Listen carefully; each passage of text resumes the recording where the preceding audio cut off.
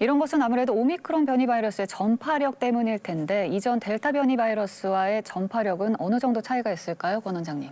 네, 델타 변이 자체도 초기에 등장했던 코로나19 바이러스 균지에 비해서 전파력이 매우 높아서 우리가 1년 법정 감염병 중에 환자가 많은 축에 속하는 수두 정도, 한 사람의 감염자가 확진자가 5명 정도 2차 감염 이상을 발생을 시킨 정도였습니다. 근데 이 오미크론은 델타보다도 2배 내지 4배, 어떤 경우는 뭐 2.5배, 3배라고 표현을 합니다만 거의 홍역에 맞먹는 수준의 그러한 기초 재생산 지수와 전파력을 보이고 있고 감염 주기도 빠릅니다.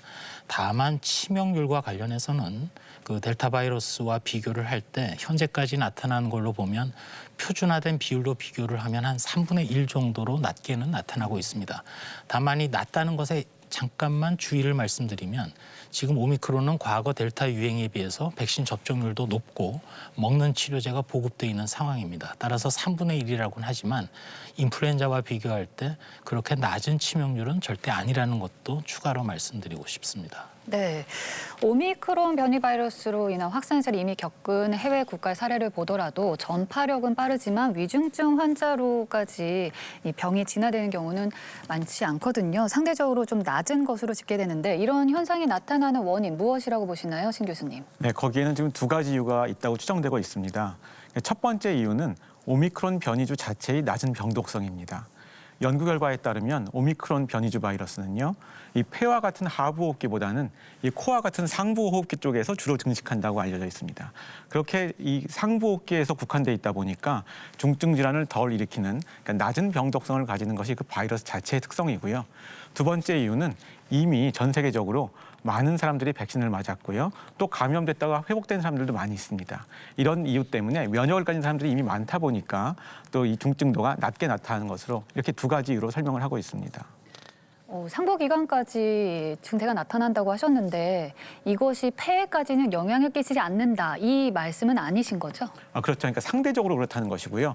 뭐 절대적으로 폐에 영향을 안 미친다 이런 뜻은 아닙니다. 하지만 이전에 이제 그 델타나 다른 바이러스에 비교해서 봤을 때 상대적으로 그렇다는 말씀이라고 이해하시면 될 것 같습니다. 네, 사실 이 중증화율이나 사망률이 좀 낮더라도 이 신규 확진자의 숫자 자체가 기하급수적으로 늘어난다면 위중증 환자의 수도 늘어날 수밖에 없는 것 같습니다. 최현석 교수님, 이 진료 현장 상황은 어떤가요? 네, 다행히 이전에 델타가 크게 유행을 하던 시기하고 비교를 해본다면 아직까지는 중증 환자를 진료할 수 있는 진료 현장에서는 여유가 좀 있는 상황입니다.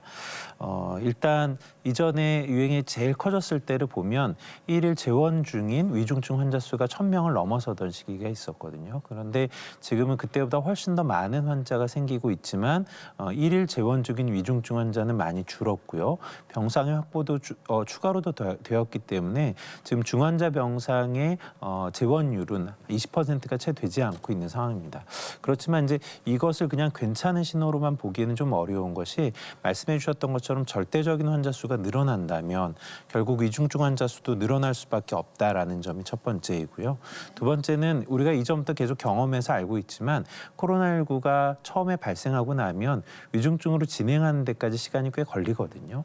그래서 실제로 위중증 환자의 증가세가 그 이후에 나타날 가능성이 있습니다. 한 가지 더 우려되는 점이 있다면 실제 의료 현장에서 지역사회 환자 발생이 많아지는 것처럼 의료진에서의 감염도 꽤 많아지고 있거든요. 네. 그러다 보니 코로나19 환자를 진료하기 위한 진료 체계뿐만 아니라 그 이외에 비코로나 환자에 대한 진료 체계에 있어서도 의료진들이 상당히 많이 빠져나가고 있는 상황이어서 이런 면에서의 의료 공백도 우려가 되는 부분입니다. 네.